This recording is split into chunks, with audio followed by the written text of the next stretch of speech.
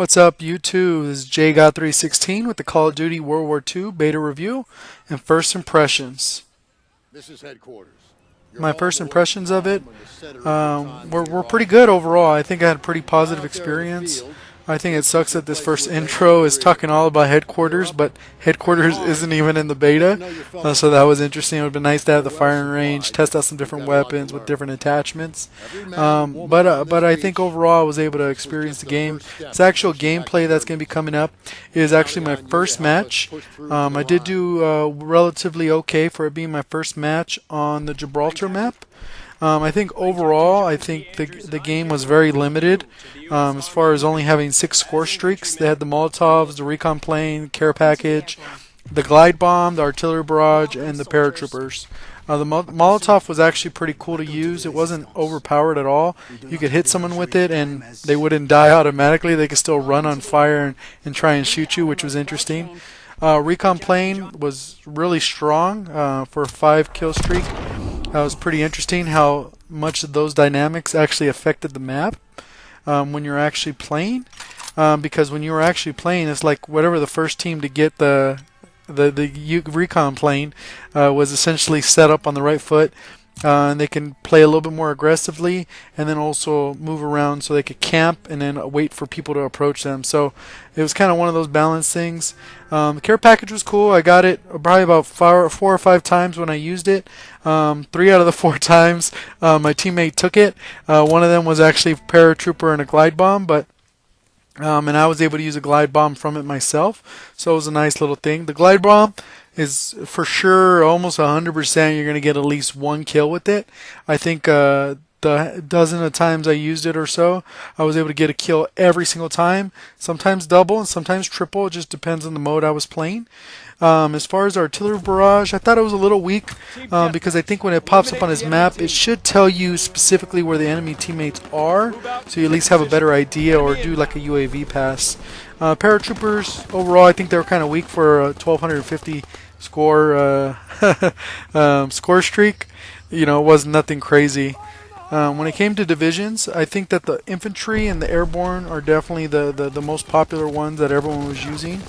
There were a couple people running around with shotguns and a few people with the mountain as far as using the sniper class that's built for sniper class. But overall, the least used was probably the armored. I think the LMGs are just weak because they're held back so much by the fact that their reload time is so slow. But overall, I think the ARs and the SMGs were the way to go. My favorite AR was the M1941. As I leveled it up, using it with the infantry class, I was able to get all it locked out the max it could without unlocking its special weapon at level 4 up to 5. But I used the attachment of the grip, the quick draw, and the rapid fire. I felt that was able to compete with the SMGs, especially up close. I was able to come around the corner and get a good amount of triple kills. I wish I would have been able to get a couple quad feeds, but not all the maps I played were populated. And the other one was the M1 Grand. It was cool, but less effective, especially it's more of a camper style weapon. The STG-44, which is the 3rd AR weapon, it was a lot like an AK-47. I used that one to be able to run around the map. I didn't max that one out to try out all the attachments, but overall the gun felt like an AK-47 from previous Call of Duty games. As far as the SMGs, the grease gun was pretty good. But the PPSH-41 was probably far the most popular gun. And it was very effective even with the silencer on, especially if you could hit your shots. So overall, those were the main guns that I was able to try out. I tried out a couple other guns, but they weren't memorable, I guess you can say. As far as the basic training perks, there was a lot to choose from, but the one that I felt was most effective for the beta, since not all of them are there, was the hustle one, which was reload faster while sprinting, which helps you a lot when you get in these gunfights, that you're able to re-engage right away, especially with these small magazine sizes. I didn't experiment too much with the extended mag, but this was pretty effective to get out of the way. One thing that I saw a lot of posts about was time to kill, that people were complaining it was too quick. I felt it was right on pace. I think it's just a matter of people hitting their shots. There was several times where I was able to hit multiple times, kind of evade, re-engage. There's times when people were shooting at me. I did the hit the deck, did a 360 turn, or a 180 turn rather, and was able to take the person out as they ran back behind me. So it's not everything insta-kill. I think the balance in the game was pretty good so far as being able to have the time to kill. Doesn't actually feel like an insta-kill, which can get pretty annoying. I know in previous games, I think Ghost is probably the worst in time to kill. It's so dang quick. But there's a lot of different things in the game that were fun to do. So pretty much, as far as tactics, when you maneuver the map, I know a lot of people were talking about what game should you play to get ready. I can honestly say that I played no game to get ready. I've only been playing Infinite Warfare, you can see from all my posts. But as far as this game goes, I don't think playing a specific game is going to be ultra helpful, other than maybe just getting your shots in and how to position yourself, because a lot of times with Infinite Warfare you're able to dodge or evade a little bit easier because you could just jetpack out of there and then slide out of the way, whereas this you got to be a little bit more precautious with how you move, making sure that you're moving from cover to cover, continually sight in when you can, and just maneuver around the map, stay on the outskirts like almost any Call of Duty. That's the way to go. The beta was a little hard to check how good I was or not good I was, because you can't really tell what kind of lobby you're in. I could be in a lobby with all 5 KD players and not know it, or I could be in a lobby where everyone is 0.5 and low, and I'm just murdering people. As far as my best match, I would say I went 19-1. For the majority of the time, I think I was around a 2 to 3.0 with this new style of playing on boots on the ground for this new version in World War II. It was pretty cool. A couple of different things that happened too. I actually got in a lobby with a couple YouTubers, which was pretty neat. I had never been in really lobbies with YouTubers, so it was nice to see kind of how they're playing and that they're struggling the same way a lot of people are. And I think once the game actually comes out, it'll have a better feeling because everything will be unlocked. There'll be more variety in the score streaks, more variety probably in the loadouts, because there'll be some balancing things. Since that one SMG, a lot of people were talking about it being very strong and almost OP, but I think overall those things will get worked out.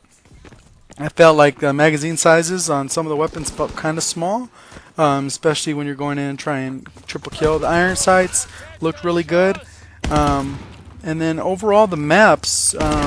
The map that's going on right now, the Gibraltar map, was probably my least favorite map. Just overall, I don't think it has really good flow, and some of the sight lines are just really long or really short, and it just really depends on who you're playing with. But overall, the game didn't feel like the best map ever. My favorite was probably the trenches type map, which is the Pointe du Hoc. That one was really cool because you were able to maneuver around the map, go to the inside when you needed to, and then just kind of maneuver and position yourself, and the layout was pretty good. There was some close quarter stuff. They had the little side with the houses and the other side with the bunker, so there's a lot of different stuff on that map that made the flow of that one flow well. And then the other one was the Ardennes Forest. I'm not sure if that's exactly how you say it, but basically the snow with some trees and stuff like that. That one had a reasonably good flow to it too. Most of the people stayed kind of on the outside of the map. Very seldom were people running right through the middle, but it does have that avenue. But most of the gun battles were either on the hill where the B flag is, or on the other side of the opposite side of the map. As far as spawning pretty much spawns you in the spawn zone. I would say 90% of the time, unless there's just enemies in both sides of the map, it'll spawn you near your teammates, kind of like how most of the games will do. But as far as spawning, it kind of sucks if you get kind of trapped, because as soon as you spawn, they'll come right out and get you, and you kind of like off guard because they're in better position and you have to run out. So it's just a matter of repositioning yourself and kind of going through. So the match just ended. As far as that goes, that's kind of my review. I was able to talk a little bit about it. The menus, they're very limited right now. There's almost no customization. They do have a winner circle, and they do have like Bronze Star, which is play of the game, which was nice to have in my first match.